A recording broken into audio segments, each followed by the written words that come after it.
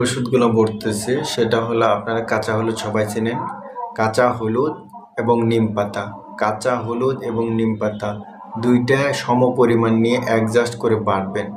Butter পরে এটা গোসলের আগে সমস্ত শরীরে যেই জায়গায় আপনাদের প্রবলেম সেই জায়গাগুলোতে পুরা শরীরে আপনি ব্যবহার করবেন।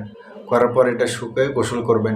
কিন্তু যতদিন আপনার এই ওষুধ ব্যবহার করবেন বা আপনার শরীরে সমস্যা আছে ততদিন কোনো ধরনের সাবান, কোনো ধরনের শ্যাম্পু এগুলো আপনার শরীরে ব্যবহার করবেন না।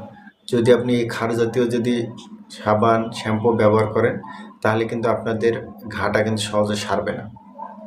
এই জন্য আপনারা এটা 7 দিন 14 দিন নিজেই ব্যবহার করেন, দেখবেন যে আপনাদের খোসপচড়া অটোমেটিক ভালো হয়ে গেছে।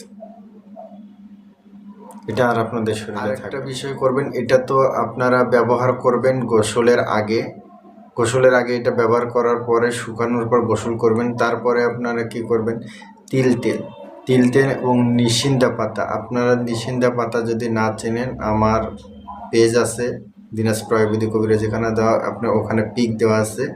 আপনারা দেখবেন নিশিন্দা পাতা, বা আপনাদের যারা মুরব্বী আছে তাদেরকে বলবেন নিশিন্দা পাতা চেনে। তেলের সাথে নিশিন্দা পাতার রস অ্যাডজাস্ট করে পাক করবেন, পাক করে মালিশ করবেন। এটা একটা তেল পাক করবেন। তিলের যে তেল আছে, এই তিলের তেল চুলার উপরে উঠে দিয়ে ওটার মধ্যে নিশিন্দা পাতা আপনি পিষেও দিতে পারেন বা এমনি আস্তও দিতে পারেন।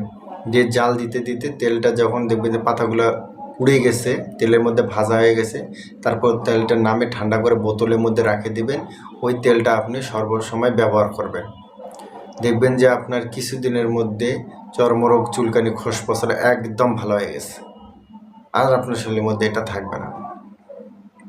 তো আপনারা এই দুইটা ওষুধ অবশ্যই ব্যবহার করে দেখবেন, আর রেজাল্ট কেমন হয়েছে অবশ্যই আমার কমেন্ট বক্সে জানাবেন, আর অবশ্যই আমার পাশে থাকবেন। আর কোনো যদি সমস্যা থাকে, কী ধরনের ভিডিও চাচ্ছেন অবশ্যই আমাদের জানাবেন, আমি সেই হিসাবে আপনাদেরকে ট্রিটমেন্ট দেওয়ার চেষ্টা করব।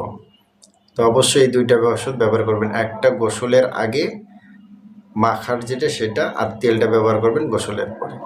ইনশাল্লাহ 7-14 দিনের মধ্যে আপনি বুঝবেন যে আপনার খসখসা, চুলকানি এবং চর্মরোগ দেখবেন যে আপনার কমে গেছে। তো ইনশাল্লাহ আপনারা ভালো থাকেন, সুস্থ থাকেন, সব সময় পাশে থাকবেন। আসসালামু আলাইকুম।